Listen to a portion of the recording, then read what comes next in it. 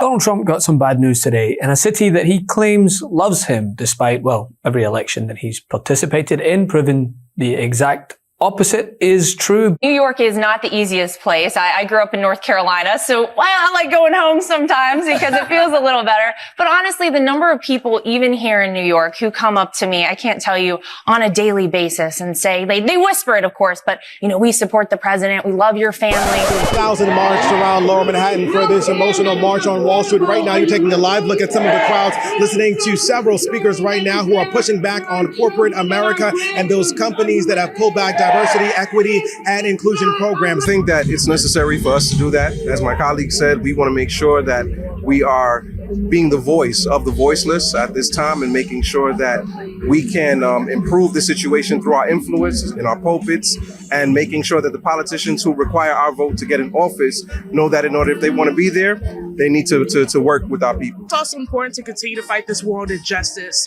you know, not for our diverse brothers and sisters, because we're not in this alone. We're actually in this together. But today, protesters marched down Wall Street to bring to light something that Donald Trump has decided is America's biggest threat: diversity. I saw parents walk down here every day. And again, this is the largest demonstration since President Trump took office. Folks flooded into Foley Square and then put one foot in front of the other, arms linked together with one goal in mind, calling for equal opportunity. I've been on the ground with many from the education field, job unions, faith communities, fraternities, and sororities, even some teens who say it was so important for them to show up, mobilize for a day of action, and for their voice to be heard as they say DEI is under attack.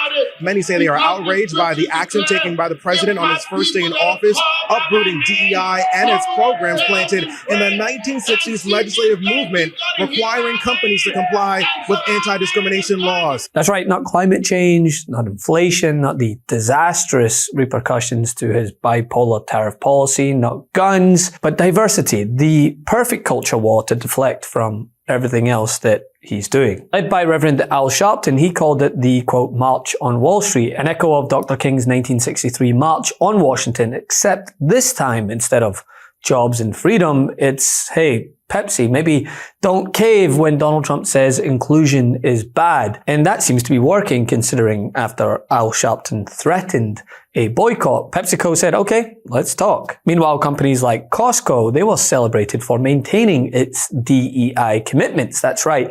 The same place that you buy 48 rolls of toilet paper in bulk has more moral courage than half the Fortune 500 companies. Right up front to the black community, brown community, LGBTQ, and gay community, and women that they committed to.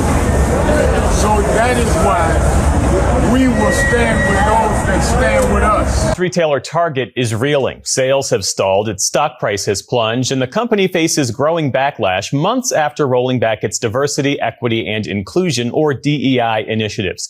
A boycott led by our next guest slowed store traffic nationwide and is among the factors that pushed longtime CEO Brian Cornell to step down after 11 years.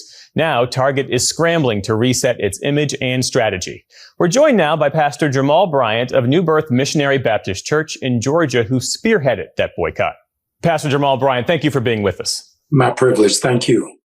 Before we get your reaction to the change in leadership at Target, I do want to ask, why focus on Target when a number of retailers and corporations from Walmart to McDonald's have rolled back their DEI initiatives? Why single out Target when this appears to be a broader corporate retreat? After the inauguration of President Trump, 23 corporations backtracked away from diversity, equity, and inclusion. And we thought it prudent to just go after one at a time.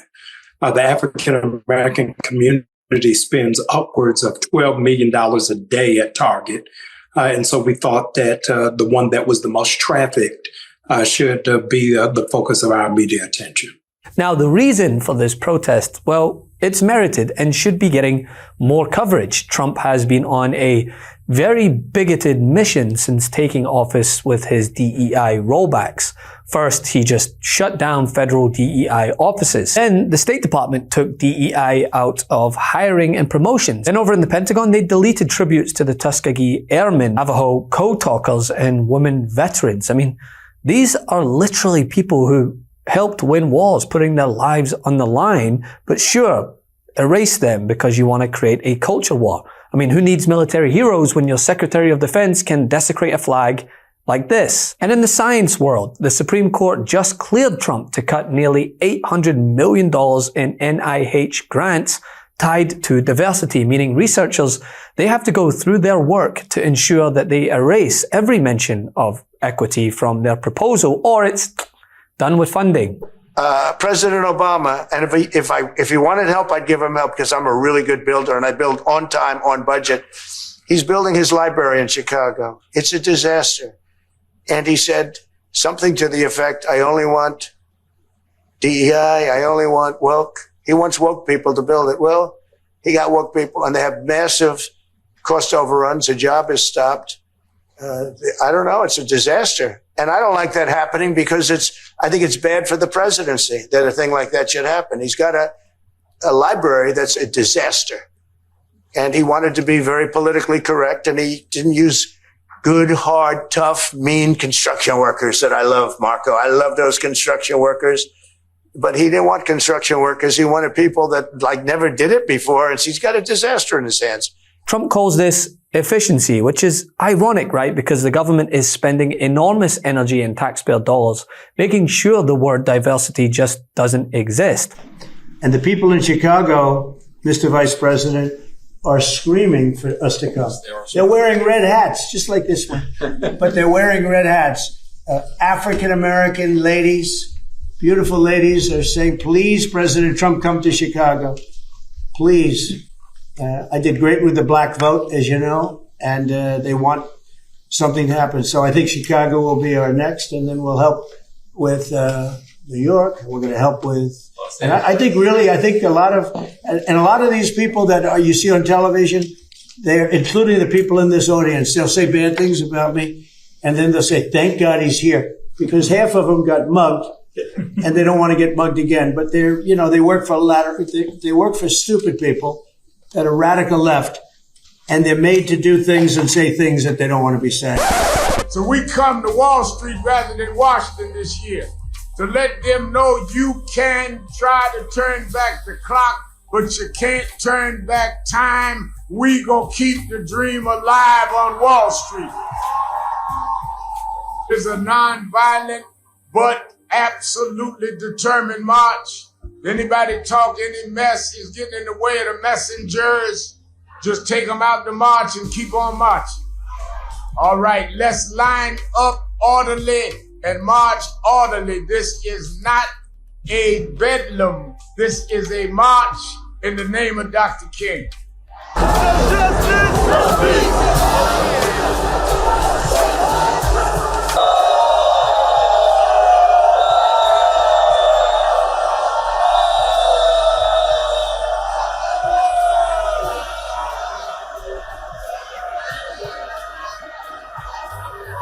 That's where we are in 2025. We have civil rights leaders marching to Wall Street as the president claims that the Smithsonian is, quote, out of control because they're focused too much on how bad slavery was. A couple months ago.